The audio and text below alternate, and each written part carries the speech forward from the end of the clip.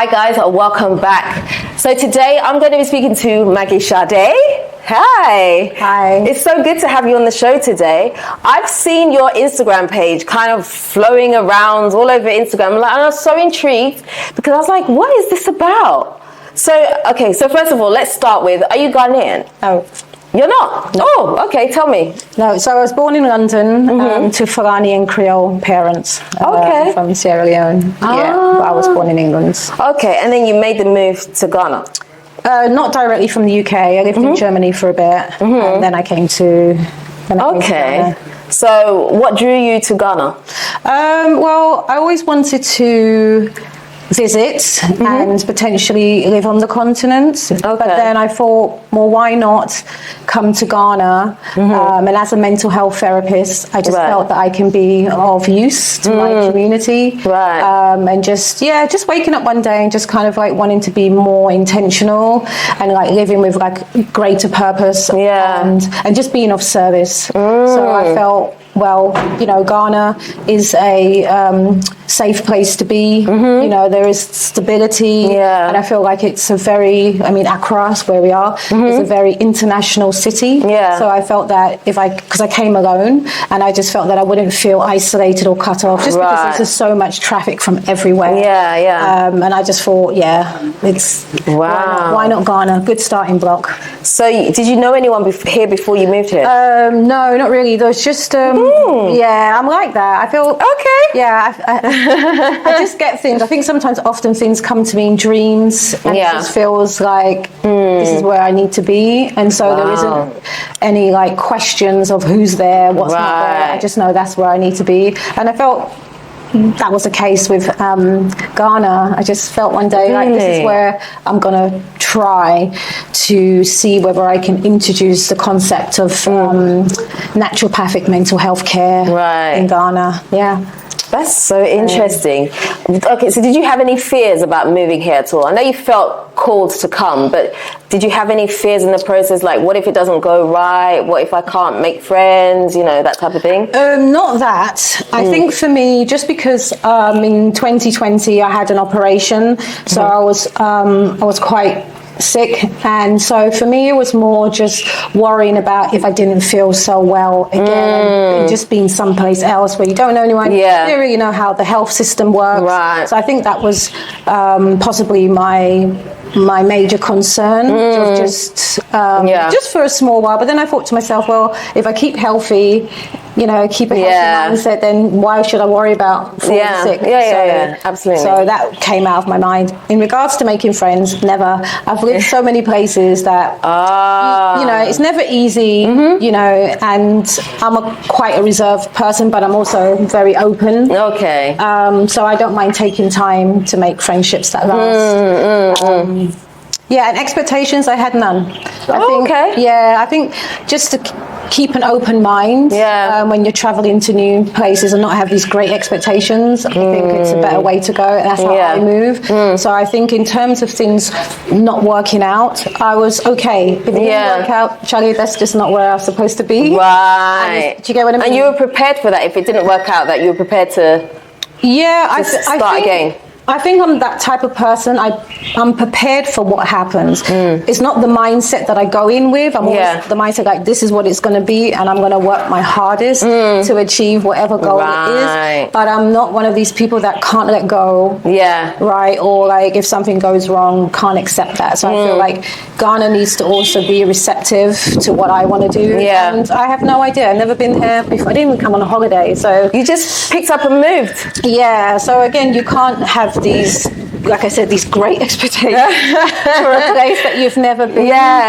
Because you just might not gel with the people, and you know, we're all Africans, but that doesn't mean that we're a monolith and we're all gonna like get on. Absolutely. Wow, that was pretty brave of you then. I think. I mean, it was a bold move for sure. Okay. So when you came here, I mean, obviously, financially, you have to be able to support yourself. So what was your plan for that? Well, I mean, I have my online clients, so just like with some savings and just working online, basically. So like I said, I just wanted to make sure that this was something that Ghanaians were open to, of course, you know. But yeah, I was just feeling it out, to be fair, and yeah. So what is it specifically that you do? So I'm a mental health therapist, but I'm a holistic mental health therapist. Okay. So for me, I just believe in working like holistically, so it's mind, body, soul, spirit, and also using naturopathic methods and rituals and remedies just to help in that healing process, because I feel like well, for me personally, I do think the natural way is better. Yeah, so I agree, actually. Right. So if we can just have something that's there, you know, for people to have that option of not going down a certain route. I don't want to deter anybody from doing anything. And, you know, but I just want to give people that option and a chance just to experience mental health care in a different way, in a way that actually is pleasant and beautiful, and not perhaps, you know, like the stereotypical ways that we've seen in mental health facilities, you know, so mundane. You know, like could be quite scary places. So for me, I just want people to come and experience flower therapy, which is actually aligning yourself closer to nature and using those resources which are there for your healing.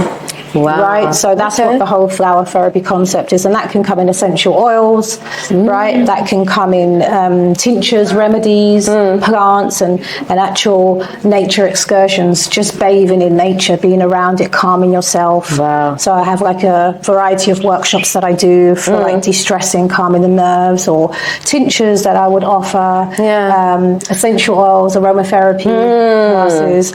And then, you know, I like to work with other practitioners because I feel like I'm not for everyone, and what I do is not the complete thing. So bringing in other like practitioners that do breath work, somatic therapy, art therapy. So that's what I want to build together, so that we can be a strong community. And even the elders, you know, sometimes people just need good advice. You know, they just feel so like detached or isolated, and they just need support. So that's what I want to build up, is a nice support system of farmers too, because again, being a holistic therapist, sometimes your nutrition is not right. And that's why you're not feeling well. Right. People just focus so much on the mind, and your body's giving you signals, and sometimes they cure the symptoms rather than the actual problem. Exactly. Sometimes your body's just depleted, you know, from something, or it needs rest, and we don't listen, and we you know, we rush for the headache pill, something even more you know, stronger. So so do you think that Ghana has been open to receiving holistic health? Because for me, I mean, I'm no like, I mean, this is what I'm just saying for myself. I feel like Ghana would be a bit hesitant towards it, because they'll feel like it's just, what is that? Well, how's it been? The thing is, I can't obviously generalize. But I feel generally Ghanaians are open-minded in the things that I feel I have approached them with. I feel that, especially, your culture, the Ewes, I think they're very knowledgeable about the natural herbs and healings, and even just, you know, the general community. When you go to the market, they have all sorts of things. Lots of herbs and stuff. But I do feel that, of course, you know, the pharmaceutical companies are like family ingrained. That's what I mean. Mentality, like an aspirin, you know, Dettol, and all these products that are so dangerous. But I do think that Ghanaians and Africans are open to this type of stuff, but I think it's just the process of like how it's delivered, because like I said, for a lot of Africans, they're just so caught up in these harsh pharmaceutical drugs. And obviously we have African parents, we know what was in the medicine cabinet. So you see that here. I feel like there's so many pharmacies in almost on every single street. So it's like they're everywhere. It's literally like, you know, there'll be the what is it they say? There'll be the McDonald's and then the pharmacy. Like they're preparing this, and then You go here first, then go next door to that. They're waiting for you. So it's quite, you know, it's quite interesting how many pharmacies are opening in Accra. So you have to pause a bit to go in. So what about the mental aspect of what you do? How's that kind of taken off for you? So I think very well. So I do a lot of cognitive behavioral therapy. So that's the talk method part of what I do, and I feel like it's worked well. And especially with the men, I've found that a lot. I found that like from different age groups have approached me and feel safe enough to share their vulnerabilities. That's very surprising. Men are sharing. That's really, really good, because I feel that men kind of tend to hold on to things a lot because they feel like they're men, and so they have to be here all the time and they have to remain here in order to keep their masculinity, you know. And so I guess having a service like yours where they can feel safe and secure to be able to, you know, to speak to you, I guess that's pretty amazing. But I think it's also real. I do feel that, you know, with men and their masculinity, I think that's society. Because I think we always say, oh, men, we want you to be vulnerable and soft. But society is not geared towards that. On one hand, you say, oh, yeah, be soft. And the next minute, you're like, you have to protect us and take care of us. So it's like a thin line. So I think it's just, you know, having these spaces and places, and more men will open up. I feel that a lot of men, if they felt safe enough to actually express that they don't feel good, they would do so. But I don't really believe that society is really catered for that, because, like I said, we still expect our men to be protectors. So there's a thin line between, like, yep, you can just be, you know, pouring all out and your feelings, and then, you know, having them snap back and having to take care of stuff. So I think it's just, like I said, creating these spaces and letting them know that you are invited to come and let go of stuff. You know, this is a safe space. You're not going to receive backlash. Because a lot of the guys do feel that they will receive a lot of backlash from women or even their peers, other men. So there's just a few things that I feel like we have to change in general. So if someone approaches you and they're like, look, I just need something, what do? They just come here to see you? How does it work? No, I mean, for the most part, I've been doing a lot of stuff online, and I was based in South Labadi, so they used to come and visit me there. So face to face, and then like online. So they would usually contact me on Instagram or via email from my website. And how's it been for you being able to kind of get your business out there in order for people to receive? Well, do you know what? I feel like I've been really blessed because I've had a lot of word of mouth. So I think, that's been really nice because people just like recommend me. So I haven't really done anything in terms of marketing. I think I've just like, you know, shared a few things on Instagram. That's how I came across you on Instagram, because you were kind of putting yourself out there, and then I was really curious because I just thought, this is new. This is something I've not seen in Ghana before. Obviously, you can get therapy and stuff like that, but yours seemed to be kind of different to me, because I remember the post I saw, you had all these plants around you and you just looked so relaxed. Even though I wasn't there, it felt like a space where I could just come sit here and just have a hot chocolate and just de-stress for a moment. That's fantastic, because that's exactly what I want. That's exactly how I want it to feel, just to come and relax and de-stress, and not, like I said, not envision that taking care of mental health has to be mundane. But you can come into beautifully curated spaces, do you know what I mean, and relax and let go of your problems. So I'm happy that that's the energy. Definitely. So what are your plans now? Because I know you're doing some renovation work and things like that. So I'm just, like I said, trying to open up a beautiful space where people can come and de-stress, do workshops, you know, have some panel talks so that you know, we can share ideas of how to better take care of our our mental health as a community. So yeah, just in the process of like getting the space up and running. It's not so easy, but hopefully in the next month or so, we'll be able to like receive guests and people. So have you had like any tough times while you've been here? Because let's be real, Ghana's lovely, but you know, it can be a little bit like this sometimes, right? Have you faced anything where you're just like, oh my gosh, this is really hard? Yeah, I mean, all the time. I feel that Ghana it's not easy. And as well, it's not all to do with Ghana. It's also to do with like where you have come from. Because again, this word of exploitations and that, it's like no one's here to cater for you in that way. Right. So you have to meet people where they are. You have to meet people halfway. You also have to adjust and realize that you've come from a place where you have certain mannerisms and ways that it might not mesh. So I feel like it has been hard for those things because I'm used to a certain way of life. And a certain pace. So I think for me, pace is one of the things I think has been very difficult for me. Consistency, when people say they're going to do stuff, they don't necessarily do it, they don't show up, they don't even call. Or just sometimes with the quality of work, like sometimes people that I've experienced just haven't really cared enough to make that finished product as you would like it. So that's a bit tricky, and also landlords. I've had really bad experiences with renting property. It's quite very, very hard. It's awful with landlords threatening you.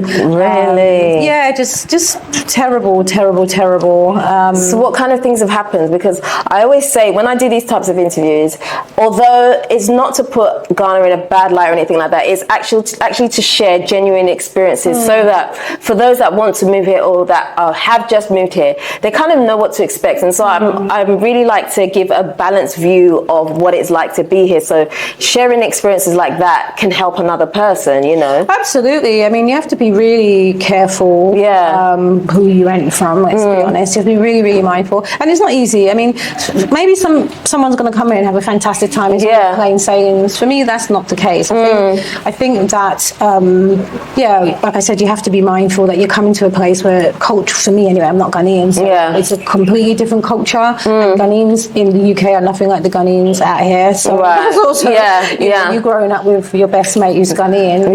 That's not it when you get So, do you know what I mean? Like that delusion, it's not it. So, I think there's been several tough times out here.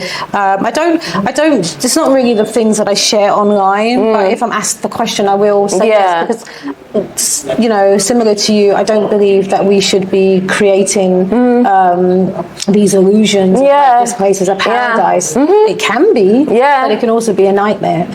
Horrific. So, and for me, yes, I have had challenging times where I'm living, being some landlords trying to cheat me. Sometimes even with taxi drivers. Things like that. So,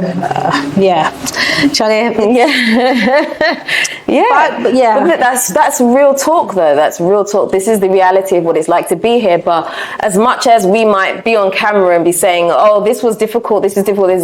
We're still here." So that says something, right? Because 100%. I mean, life is not easy in general, and I think that obviously people have to stop this this mindset of like everything has to be great or something is wrong. Right. You know what I mean? Like if things are not all wonderful, something wrong, and that's not the case. It's life. It comes in ebbs and flows. And we have to get comfortable with discomfort. Right. As we have to really embrace the reality that there are going to be tough times. But that doesn't mean that you throw the towel in and give up. Of course, you don't want to be on the verge of it tampering with your mental health, towards a breakdown. But we are resilient as humans. Sometimes you do have to pull into that inner strength and resilience. And okay, I just need to adapt, re-strategize, and figure it out. And always, seek support. Like, don't try to do everything by yourself. So that's my mindset. I'm not a person that chucks the towel in very. I'm like up for the challenge, and like I said, this place has really tested me. Yeah. We'll do that. Mm-hmm. So tell me about some of the amazing things that you've discovered about Ghana since you've been here. What has happened that's just been, this is so beautiful? Well, do you know what? I think Ghana is beautiful in general. It's a really gorgeous country, but I feel sometimes it's not respected with the amount of litter and the appalling sanitation we just have in some of the streets. Yeah. It's just terrible. We've all seen it. Let's not pretend we've all seen it. So I think Ghana is a beautiful like landscape, you know, resources, even like opportunities that could, you know, arise. But again, so anyway, sticking to the amazing things. Do you know what? My favourite time of the day is like, I guess, sunset. Between 5 and 6, when the sun starts to go down. I feel like the colours of the sky are just so beautiful. So the closer I'm with nature, being around trees, I just see beauty. I think Ghana is a magical place. I think the continent is a magical place, and when you just take time to pause and just see how people move, and just even just life in the evening where people are chilling and you see everyone's out on the streets. It's the simple things that touch my heart. I don't need grandiosity. I don't need anything, but it's just those little things. You know, absolutely. Where I am now, so many trees. Or you go into like the inner neighborhoods and you see everybody outside. 5 to 6, they're calming down. It's just nice. So that's what makes me smile. Do you think that more people should consider moving back to Africa? Would you recommend it? I mean, that's a. You know what? I feel people should do what they want to do. I think if people want to move back, of course they should come with a plan. Do you know what I mean? Because I feel like it's been glamorized, like move to Ghana, and Charlie, it ain't that easy. It's not easy, and sometimes you're not getting the support. So even if you come with a great idea, a great concept, you may not have the support, you know, to see that to the end, and that's the reality. So I don't really feel anyone should kill themselves to come out here and be of service, because, you know, you need to be met halfway, and sometimes, you know, you're not. You know, you're not. And I think, so, like for me, I've come to the realization that a lot of things just won't get done here for us on the continent because we're just not there yet. Such as what? As people, just with leveling up, like improvements of the economy, with the country, so that we're sometimes holding ourselves back. I mean, we have to be real about that. And so I don't know when we'll be ready to progress. I think it's great that we are spending more of our tourism money, like as Africans, the diaspora, that we're spending money on the continent, of course. Like, why not? Why give it to Italy or Spain? And you can, you know. So I think that's great. But in terms of, you know, like, if you'd asked me this question before I move up, like, yes, everyone, let's go. But now living in it and what I've experienced, I'm just like, do that with caution. Do you know what I mean? Do that with a support system. You know, make sure you do have like a backup plan, because, like I said, you may come out here with the best idea, but people may not want to support that. You know, you might not get the workmanship. That's the reality. Great idea, but people don't show up. People. So your ideas could be great. Your heart's in it. So I'm not going to tell anyone that you must sacrifice whatever you've got going on elsewhere. You make that decision for yourself, and if you feel like, for me, it's worth it. Like I said, I want to be of service. Predominantly to my community, so this is where I feel, you know, just by default, you know, Africans will be the majority of my clients. For me, it was really about positioning myself in the best place where I feel, my service will be received. You know. So, what's one thing you think Ghana should change in order to improve? Oh, Charlie. That's a hard one. One thing. Okay, you tell me. You give me your list. Hit me with your list. I just feel like a lot of the young uns, creativity is mismanaged. I think there used to be more resources just to support young people and graduates out of uni.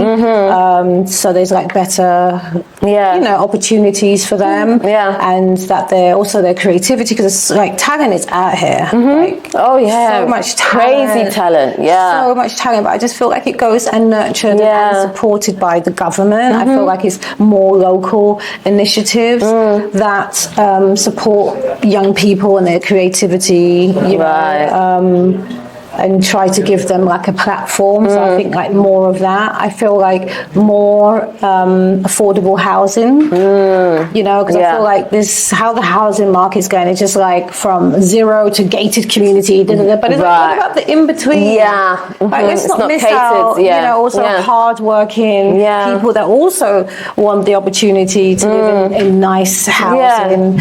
I also would love for some initiative to go into cleaning up some of the slums, like we don't talk about that, the slums of Jamestown, Newtown, like all these areas, they need improvement. Like I said, sanitation, affordable housing, or housing in general, because most people in Newtown, they're sleeping in the markets, full of dust and coal. It's just, and then the same with Jamestown, and then like with the art centre, that's been taken over and they're slowly being told to leave. Have they? I didn't even know that. Yeah, so like what's the plan for them? All those artisans, what's the plan? They've been cleared out from there? Yep, they've been told that they have to leave. I think they have maybe like 4 years or something, but they've been officially told that they have to leave. So I just feel like what's going to happen to these people's lives? I feel like it's an iconic place though. It's a place that everybody wants to go to, get your little things from there, experience a little bit of Ghana, Right, and the artisans in that place have made it such. They have made it this tourist attraction. They've put, their blood and sweat into that place and maintaining it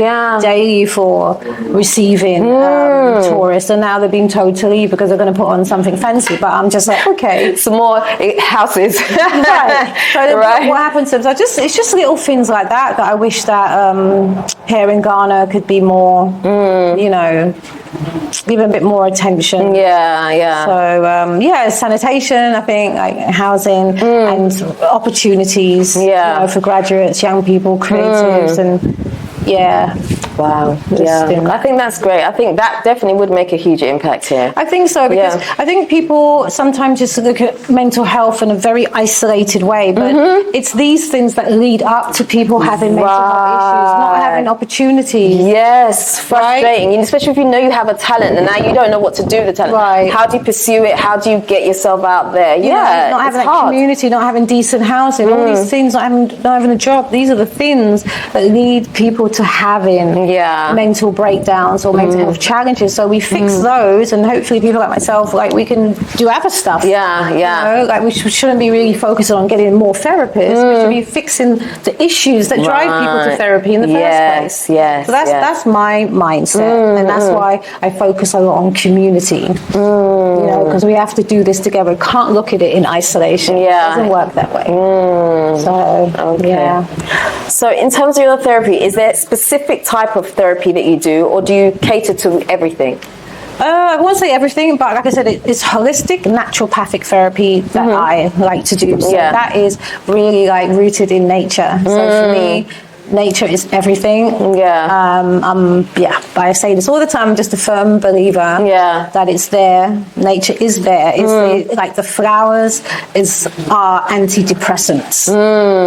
There's healing all within nature, right? And we are nature, right? So I feel, especially with Africans, we have to reintroduce ourselves to nature. I feel like even in Ghana, you see how many trees they cut down all the time. It's like we're just allergic. We just want to get rid of it and replace it with something artificial. This love of plastic. That's one thing I'd love to see, is a reduction in plastic. There's too much plastic floating around and being wasted. It's terrible. It's so bad. Yeah, so that I would love to see. Cleaner beaches in Accra, less plastic.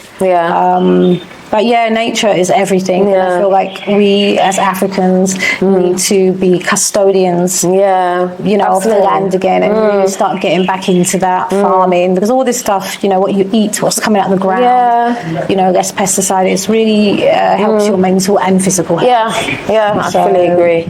Yeah. So yeah, nature. Nature. Flower therapy. You know, introducing people to more of these natural remedies, and then just taking time in nature. Lovely. Wow. Okay. So where can people find you if they want to know a bit more about you? So they can find me at Flower Talk Official on IG, and then flowertalkofficial.com. Okay. So you have a website too? Yes. Okay. Lovely. Yeah. And support the GoFundMe. So what's the GoFundMe for? So just to help with like renovations, and hopefully if there's anything left over, then I would allocate that for free therapy for people, because initially I was doing a flower therapy fund, because obviously I do a lot of free sessions, because you know, a lot of Ghanaians just can't afford it. So I just wanted sort of like the community to get together and they can like donate, so that obviously I don't deplete. So it has to be sustainable, but then there's a therapy fund that people can just access. So but for now we're just doing this GoFundMe to get this place off the ground. So thank you so much for coming on and talking to me today. I appreciate you taking some time out for me. Oh, it was my pleasure. Thank you so much. So guys, please do go ahead, check out Sade's page, her Instagram, website. Do support her GoFundMe as well. If you can do that, that'd be amazing. If you haven't already subscribed to this channel as well, do me a favor. Hit the subscribe button and the notification bell. Don't forget to also like, comment and share this video. Until next time, we are out. Nutitfafa.